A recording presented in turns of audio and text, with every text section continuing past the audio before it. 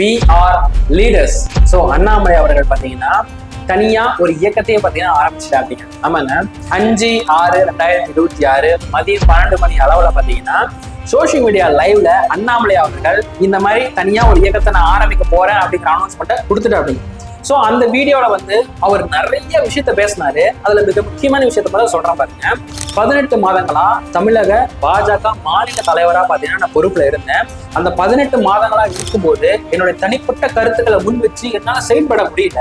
சுதந்திரமா செயல்பட முடியாத காரணத்தினால பாஜக அடிப்படை உரிமையில இருந்து பாத்தீங்கன்னா நான் ராஜினாமா செய்யறேன் அப்படிங்கிற மாதிரி சொல்றாரு.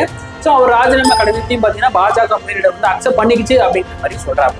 ஸோ அது மட்டும் இல்லாம இந்த இயக்கம் பாத்தீங்கன்னா அப்கமிங் காலங்கள்ல அரசியல் கட்சியா மாற்றப்படும் அப்படிங்கிற மாதிரி சொல்லியிருக்காரு. We are leader அப்படிங்கிற வெப்சைட் லிங்கையும் கொடுத்துட்டு அப்படிங்க. அது மட்டும் இல்லாம அரசியல் கட்சியா மாற்றப்பட்டு அப்கமிங் காலங்கள் தமிழ்நாட்டுல பொது தேர்தல் வருது இல்லையா, அந்த பொது தேர்தலில் பாத்தீங்கன்னா கண்டிப்பா நாங்க எல்லா தேர்தலையும் போட்டியிடுவோம் அப்படிங்கிற மாதிரி ஸ்ட்ராங்காகவும் சொல்லியிருக்காங்க.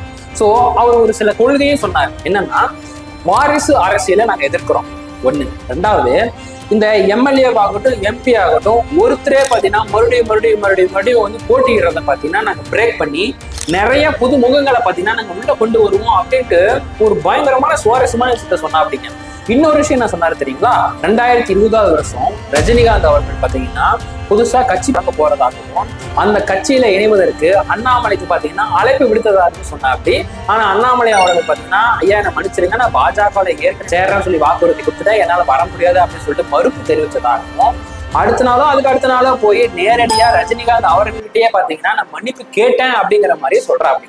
சரி, இது பாத்தீங்கன்னா ஒரு பக்கம் போயிட்டு இருக்கு.